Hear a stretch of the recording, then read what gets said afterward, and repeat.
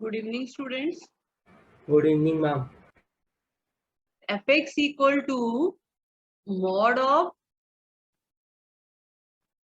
x plus 3 हो तो ये तुम्हें पता है इसका ग्राफ कैसे होता है? तो इसके लिए तुम्हें ग्राफ कैसे बनाते थे हम बताओ?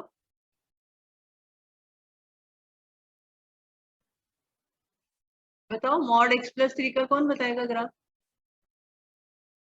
स्ट्रेट लाइन बनेगी ना ऊपर जाते हुए। मैम वी बनेगा ना? हाँ वी शेप बनेगा। तो वी कहाँ पे बनेगा इसका? मैम वी शेप्ड बनेगा। हाँ तो वी कहाँ पे बनेगा? टिप कहाँ पे बनेगी? मैम ओरिजिन पे। ओरिजिन पे मॉड x plus 3 का, वो तो मॉड x का होता है। मैम 3 पे बनेगी, सॉरी 3 पे बनेगी। हैं? मैम 3 पे बनेगी। 3 पे? ठीक से बताओ ये जीरो कहाँ पे हो रहा है? 3 पे जीरो होगा? -3 पे 0 हो रहा है। हाँ तो फिर -3 पे बनेगी ना टिप, ऐसे। ये -3 पर ऐसे जाएगा, ठीक है ना? तो ये तुम्हारा ग्राफ बनता है, राइट, मॉड x plus 3 का। अगर मान लो fx जो है ये मॉड x plus 3 हो तो fx equal to mod x plus 3 हो तो कैसे बनेगा? टिप 3 पे बनेगी। हाँ मैम टिप 3 पे बनेगी। हाँ, कौन कौन कोऑर्डिनेट क्या होंगे? मैम किसके? जहां टिप बनेगी उसके कोऑर्डिनेट। 3,0 3,0 a,0 पॉसिबल नहीं है 3,0 मैम। अगर इसे 0 किया जाए तो मॉड x जो है वो -3 के इक्वल आएगा, और मैम मॉड की वैल्यू कभी नेगेटिव नहीं होती। तो मैम ये ग्राफ भी पॉसिबल नहीं है शायद। ये तो x की वैल्यू नेगेटिव है ना, x -3 पर ये 0 बना। ये तो fx equal to mod x second plus 3 का ग्राफ है। अब मैं सेकंड की बात कर रही हूँ, सेकंड वाले केस में। इस केस में कैसा बनेगा ग्राफ? मैम इस केस की बात कर रहा हूँ।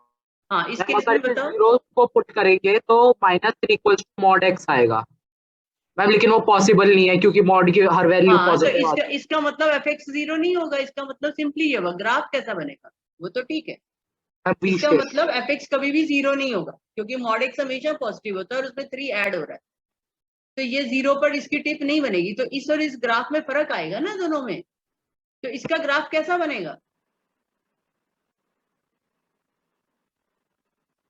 इसके लिए टेबल बनाओ, जैसे टेबल बनाते हो x fx टेबल बनाओ। कैसा बनेगा?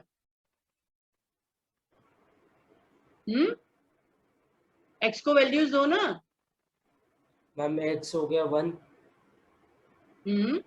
fx हो 1 जाएगा 4, 1 पर 4 हो हो गया जाएगा। 0 3, हाँ 2 5 -1 पर 4 4 -2 पर 5। तो अब ग्राफ बनाओ अपनी कॉपी में। कैसा बनेगा? कैसा बनेगा ग्राफ? मैम 3 से ओरिजिन होगा और बाकी रे बनेगी शायद। कैसा बनेगा ग्राफ?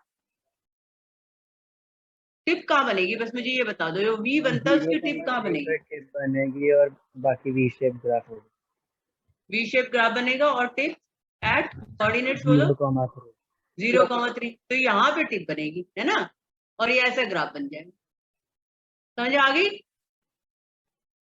यस तो मैम। ये स्ट्रेट लाइन ग्राफ बनेगा और इसको जो लाइंस हैं वो स्केल से ज्वाइन करनी होती है। मैं तो यहाँ पे ऐसे ही यूज कर रही हूँ, फ्री हैंड से कर रही हूँ, बट तुम्हें ये अगर फ्री हैंड से करोगे तो मार्क्स नहीं मिलेंगे। ऐसे ही तुमने ग्रेटेस्ट इंटीजर किया था, fx equal to greatest integer x, उसका ग्राफ इंपॉर्टेंट होता है। इसमें तुम्हें इंटरवल दे दिया जाए तो you should know how to plot the graph. फिर तुमने इसी तरह से fx इक्वल टू कौन सा किया था? X square. इसका ग्राफ कैसे होता है fx equal to x square का? मैम कर्व होता है। कर्व होता है ना? कैसा कर्व होता है fx equal to x square में? कैसा कर्व बनता है? मैम यू पैराबोला बनता है। और 0 पर वैल्यू क्या आएगी इसमें? 0। तो ये पैराबोला ऐसे बनता है, ठीक है? और इसी को अगर मैं कर दूं f x equal to x square plus 3, फिर कैसा कर्व बनेगा? फिर कैसा बनेगा? मैम पैराबोलिक बनेगा। हाँ तो कोई फर्क नहीं है, दोनों सेम बनेंगे, कोई पैराबोला तो मतलब बनेगा। फर्क होगा लेकिन शेप सेम होगी। F x equal to x square plus 3, अब मैम क्यूब है। इसका ग्राफ कैसे बनेगा? 0,3 पे बनेगा इसका इंटरसेक्शन। मैम इसका ग्राफ मैम थोड़ा सा डिफरेंट है, स्ट्रेट लाइन होगी और उसके दोनों एंड्स ऊपर की तरफ जा रहे होंगे। मैम पहले एक ऊपर से कर्व आएगा फिर नीचे कर्व जाएगा।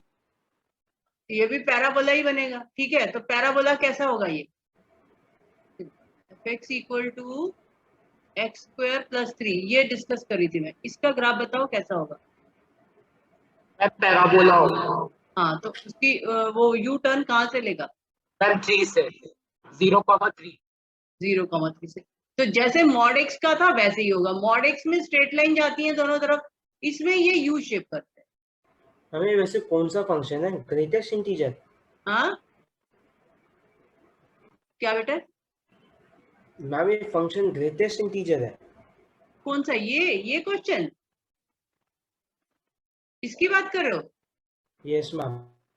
एफ एक्स, ये तो ग्राफ की बात कर रहे हैं बेटा। ये पूछ रहे थे ग्राफ आएंगे, तो मैं ये कह रही हूँ कि ग्राफ जो तुम्हारी बुक में चैप्टर 2 में दे रखे हैं वो वाले ग्राफ आएंगे। ऐसे वाले ग्राफ्स के लिए अगर ग्राफ पेपर ना भी मिले तो तुम उनको ड्रॉ कर सकते हो सकता है स्कूल डिसाइड करे कि ग्राफ पेपर नहीं देने, तो तुम शीट पर भी ड्रॉ कर सकते हो ऐसे 0, 1, 2 ऐसे लेकर के, है ना।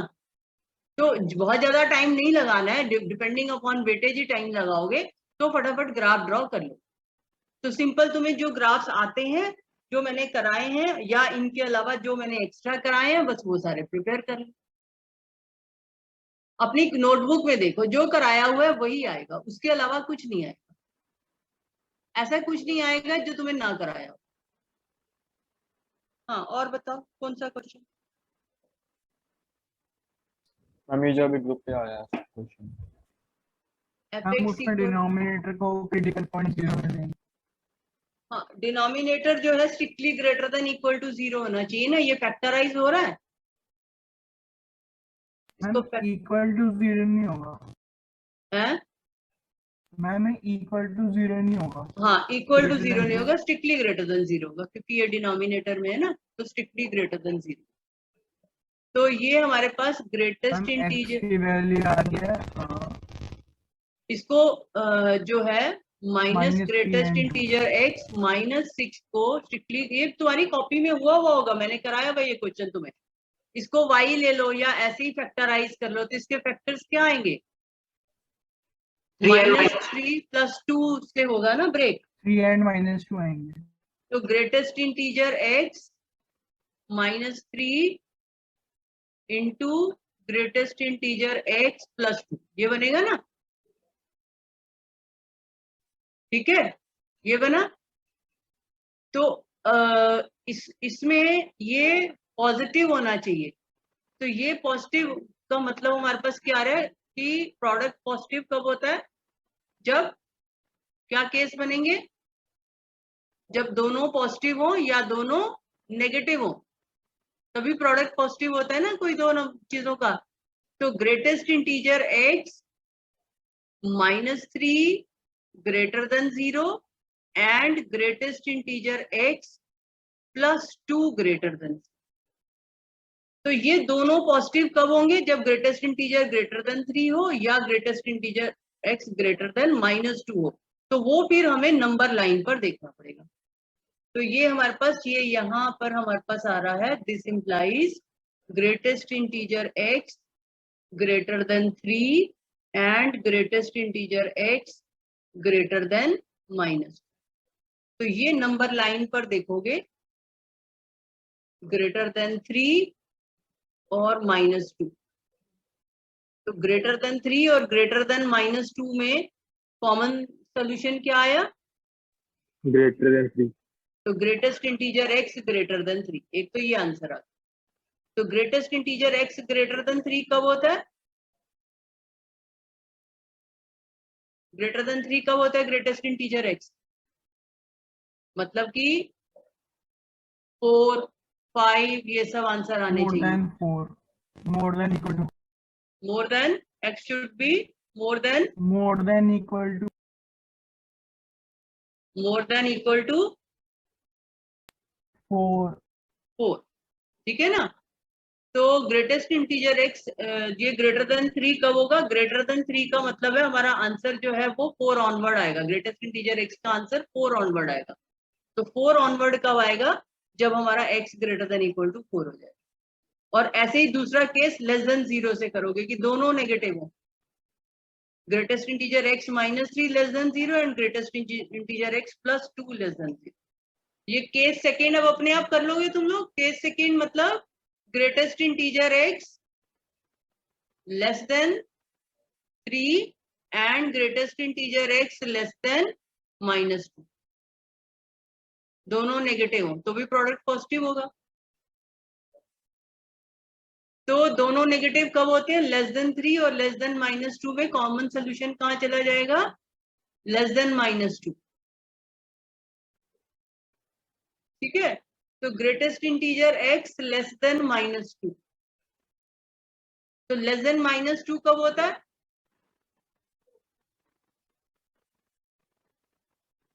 x के ऊपर क्या रिस्ट्रिक्शन आएगी? मतलब हमारा आंसर जो है वो लेस देन -2 होना चाहिए. लेस देन -2 का मतलब है less than -2.5 -2.1 कुछ भी. तो इसमें क्या आएगा? Ma'am open bracket -2 to -2. x less than -2. Yes ma'am. -2.5 लें तो हमारे पास जो है आंसर -3 आता है. -2.1 ले तो भी तो x less than -. For any two sets x and y, prove that px union py is subset of p of x union y. px सुबह मैंने भेजा था करके. ये वाला क्वेश्चन पूछ रहे हो बेटा? Yes ma'am. तो इसको प्रूव करने, जब भी प्रूफ आता है तो हमें उसमें इधर जैसे सबसेट प्रूव करना है. अगर मुझे a subset of b prove करना है तो हमारा जेनेरिक मेथड क्या होता है? कैसे प्रूव करते हैं एक सेट को हम दूसरे सेट का सबसेट? बोलो बेटे. हम क्या करते हैं? Let a belongs to a करते हैं. ठीक है. इसमें हम एक जनरल एलिमेंट ले लेते हैं कोई भी a और हम शो करते हैं to show a belongs to b. तो अगर तुमने a में एलिमेंट ले लिया और उसको b में शो कर दिया तो a जो है वो b का सबसेट हो जाएगा.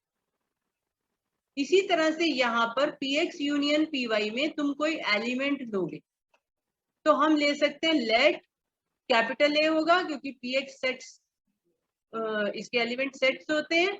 तो let a belongs to px union py. इसका मतलब क्या है? a बिलोंग्स टू px और a बिलोंग्स टू py. इसका मतलब क्या हुआ? a इज सबसेट ऑफ, बताओ क्या होगा? a बिलोंग्स टू px का मतलब a is subset of px नहीं. अगर a x के पावर सेट में है तो a किसका सबसेट होगा? x का. और a is subset of y. तो अगर a जो है x या y किसी का भी सबसेट है तो उसके यूनियन का सबसेट होगा ही होगा. तो अगर a सबसेट हो गया x यूनियन y का तो इसका मतलब a belongs to p of x union y. तो px यूनियन py जो है वो सबसेट हो गया इस. तो px यूनियन py. हाँ हम जब ये प्रूफ करने होते हैं मोस्टली विद एग्जांपल अभी कभी आ गया तो हम इनकी वैल्यूज पुट करनी पड़ेगी क्या? मतलब इमेजिन करनी पड़ेगी कोई वैल्यूज? नो.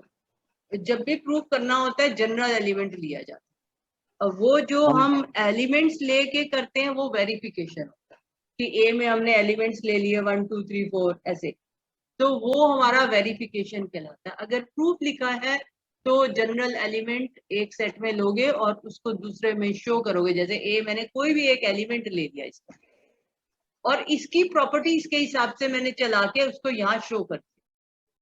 तो जब मैंने ये शो कर दिया कि इसको बिलोंग करता है और ए कोई भी इसका जनरल एलिमेंट था, तो ये इसका सबसेट होगा। ठीक है, जो हम एलिमेंट्स लेके करते हैं वो वेरिफिकेशन, वो प्रूफ नहीं कहलाता।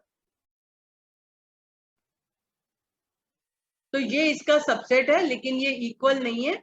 इक्वल के लिए हर्ष ने भी डाल रखा हुआ है, मैंने भी उसको वेरीफाई किया था, तो मैंने भी कमेंट लिखा हुआ है, वो पढ़ लोगे तो तुम्हें समझ आ जाएगा कि वो इक्वल नहीं बन सकता। ठीक है, और बोलो, एनीथिंग एल्स? यस मैम, उसके नीचे 2 क्वेश्चन और है।